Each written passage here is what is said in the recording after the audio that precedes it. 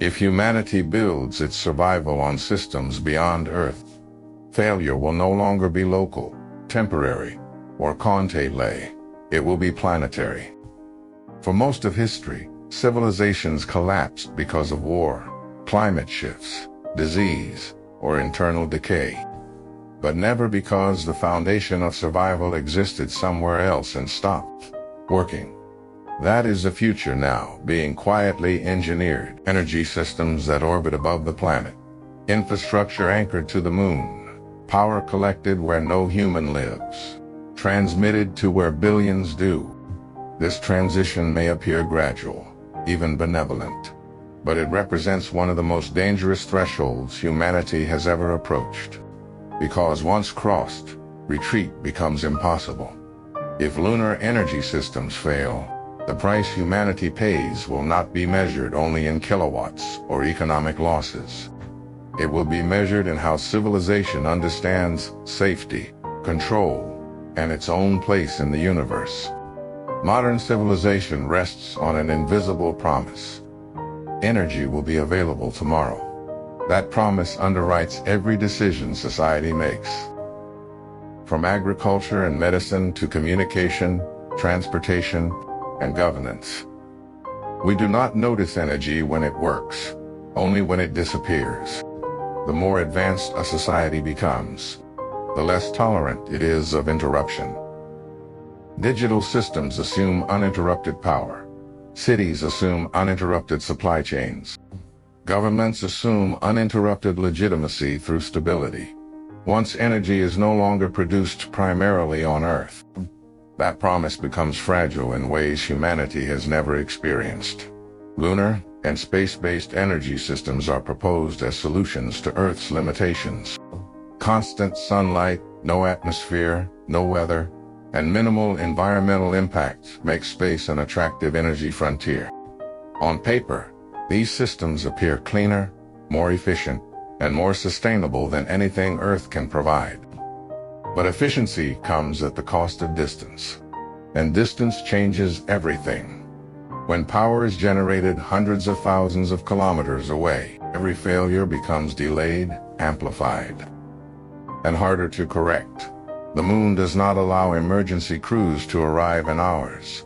Orbit does not permit spontaneous repairs. Space punishes delay, and it punishes mistakes without mercy. If a lunar energy system fails, the first consequence is not collapse, but instability. Power grids designed around steady input begin to fluctuate. Backup systems engage, then strain. Industrial processes slow, not because factories stop, but because uncertainty spreads. Energy markets react before physical shortages appear. Prices rise not from scarcity, but from fear. Algorithms respond faster than governance. Financial systems amplify risk long before politicians understand the cause. In a civilization built on speed, reaction becomes the first casualty. As instability deepens, secondary systems begin to fail. Data centers ration capacity. Water treatment plants prioritize urban centers. Transportation networks reduce service. Hospitals switch to contingency protocols. None of these failures look dramatic in isolation, but together they erode trust. People do not panic because the lights go out. They panic because no one can say when they will return. When the source of power exists beyond the planet, explanation becomes abstract, and abstraction breeds anxiety. Economic consequences follow rapidly.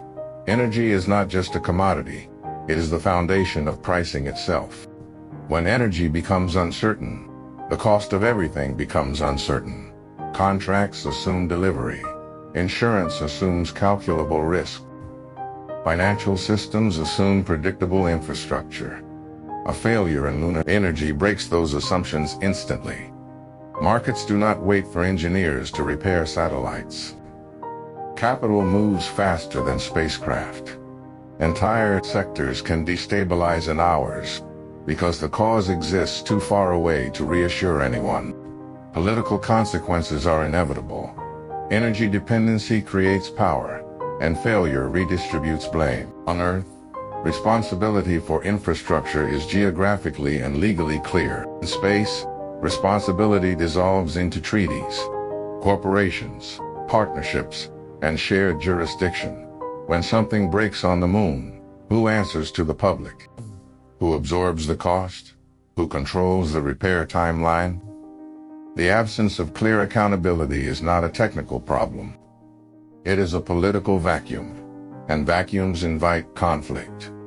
Geopolitics becomes volatile when survival infrastructure exists beyond sovereign territory. Nations may accuse each other of negligence, sabotage, or weaponization, even without evidence.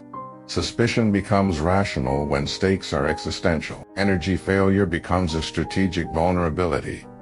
Militarization of space accelerates not because of aggression, but because trust collapses. Defense systems are built not to attack, but to ensure access, and access itself becomes a source of tension. Beyond politics lies something deeper: psychological transformation. Humanity has always lived with the assumption that Earth, despite its dangers, is fundamentally self-correcting. Storms end, seasons change, ecosystems recover. The moon offers no such reassurance. Lunar systems are artificial stability. When they fail, there is no natural recovery, only human intervention. This creates a new kind of fear, not fear of nature, but fear of dependency. Fear that survival relies entirely on systems that do not forgive error. This psychological shift changes how civilization perceives progress. Technology is no longer a tool that enhances life, but a requirement for survival. When technology becomes mandatory rather than optional, failure becomes existential. The emotional weight of that realization alters culture, politics, and long-term planning. Societies become risk-averse in some ways and reckless in others. Innovation slows where failure is intolerable, but accelerates where desperation demands solutions. Inequality sharpens under these conditions. When energy systems fail, access is prioritized. Critical infrastructure receives power first. Economic centers recover faster. Peripheral regions wait longer. This is not malice, but triage. Yet over time, triage becomes structural inequality. Access to off-world energy infrastructure becomes a determinant of survival outcomes. Civilization begins to fracture, not by ideology, but by proximity to power distribution. The most dangerous consequence of lunar energy failure is not immediate collapse, but dependency without redundancy. Once humanity restructures civilization around off-world energy, Earth-based systems will be reduced, not maintained at full capacity.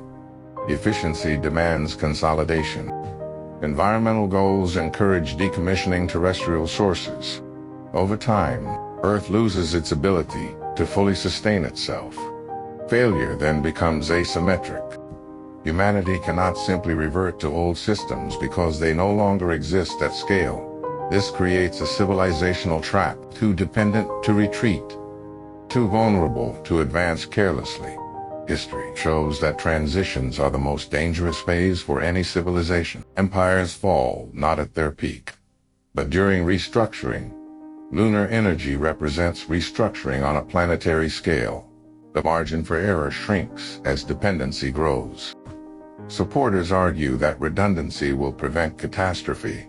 Multiple lunar bases, multiple orbital collectors, multiple transmission paths. This is true. But redundancy introduces complexity, and complexity introduces fragility. Each additional layer creates new failure modes. Systems interact in unpredictable ways. Cascading failure becomes more likely, not less. This is a well-documented pattern in complex systems, from financial markets to power grids. There is also the question of intentional disruption. A system that supplies planetary energy becomes a strategic target, even without warfare. Cyber intrusion, signal interference, or orbital debris can disrupt operations. Space does not require physical occupation to be contested. Control of energy transmission becomes as important as control of generation. Failure may not come from accident, but from competition. The ultimate price humanity pays, however, is existential clarity. When survival extends beyond Earth, civilization must confront a truth that has long avoided. The planet is no longer sufficient, but the universe is not yet forgiving. Humanity enters an in-between state, no longer fully planetary, not yet truly interplanetary. This is the most unstable identity a civilization can hold. If lunar energy systems fail, the lesson will not be that space was a mistake. It will be that expansion without humility is dangerous.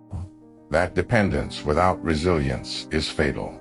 That survival infrastructure must be designed not just for efficiency, but for failure. Because failure is not an anomaly, it is inevitable. The moon may still be humanity's greatest opportunity. It may allow civilization to outlive ecological limits, climate instability, and planetary risk. But it will also test whether humanity can manage power at a scale that matches its ambition. The price of failure will not be paid once. It will echo across generations. When energy comes from the sky, civilization looks upward for survival. And when that connection breaks, everything below feels it. The question is no longer whether humanity should reach beyond Earth. The question is whether humanity is prepared to survive when the systems it depends on are farther away than its ability to control them. Because once survival leaves the planet, failure will always find its way back home.